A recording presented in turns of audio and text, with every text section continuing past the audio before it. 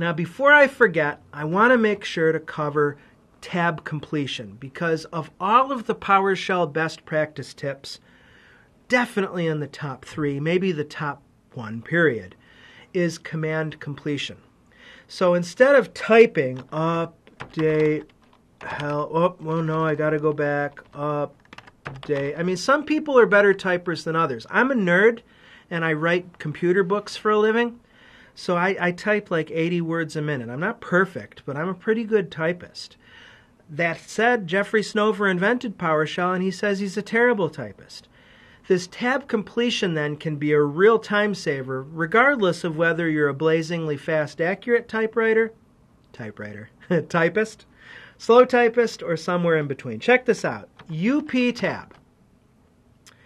Tab completion will attempt to complete what you're trying to type. So the trick is you want to give PowerShell enough to get started, but you want to avoid a bunch of false starts. It looks like UP tab wasn't quite enough. It gave us update dash, but we didn't want disk. Check this out. Look, I'm tabbing, and it's actually cycling through every update command that's available on the system. Isn't that amazing? And I actually passed update help. Tab goes forward. Shift tab goes backwards. Now that shouldn't come as a surprise if you're familiar with cmd.exe. Functions the same way there. So tab completion is amazing, and you want to get into the habit of typing a little bit tab, tab, tab, tab. I want you to tab all the time. Tab also works for parameters. Watch this. In the console, I typed a dash. I pressed tab, and it gave me module. So this would be helpful, for instance, if I wanted to look at a particular module's commandlets. And check this out. From PowerShell v3 up, it'll actually cycle through a lot of values as well. It's not perfect, but most of the time, let's see if it works here. Nope, unfortunately it's not working here. I was expecting and hoping that it would cycle through the modules on the system. Like I said, it's not perfect, it's not 100% consistent.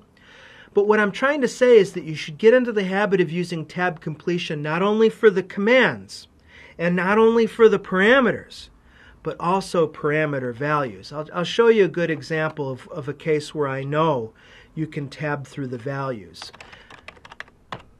I typed set-exe tab and it filled in the rest. Let's say I want to set the execution policy, -ex tab, space, tab, tab, tab, tab. You see what's happening?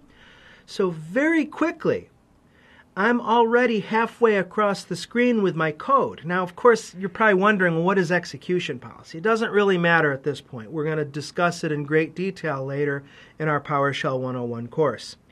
But again, I want to show you the power of this, that we're completing commands, parameters, and in some cases, even parameter values, all by using tab completion.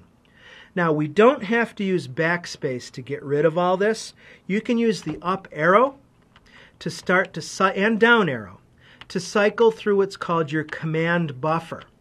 And I've only actually run 2 commands here, CLS to clear my screen and update help.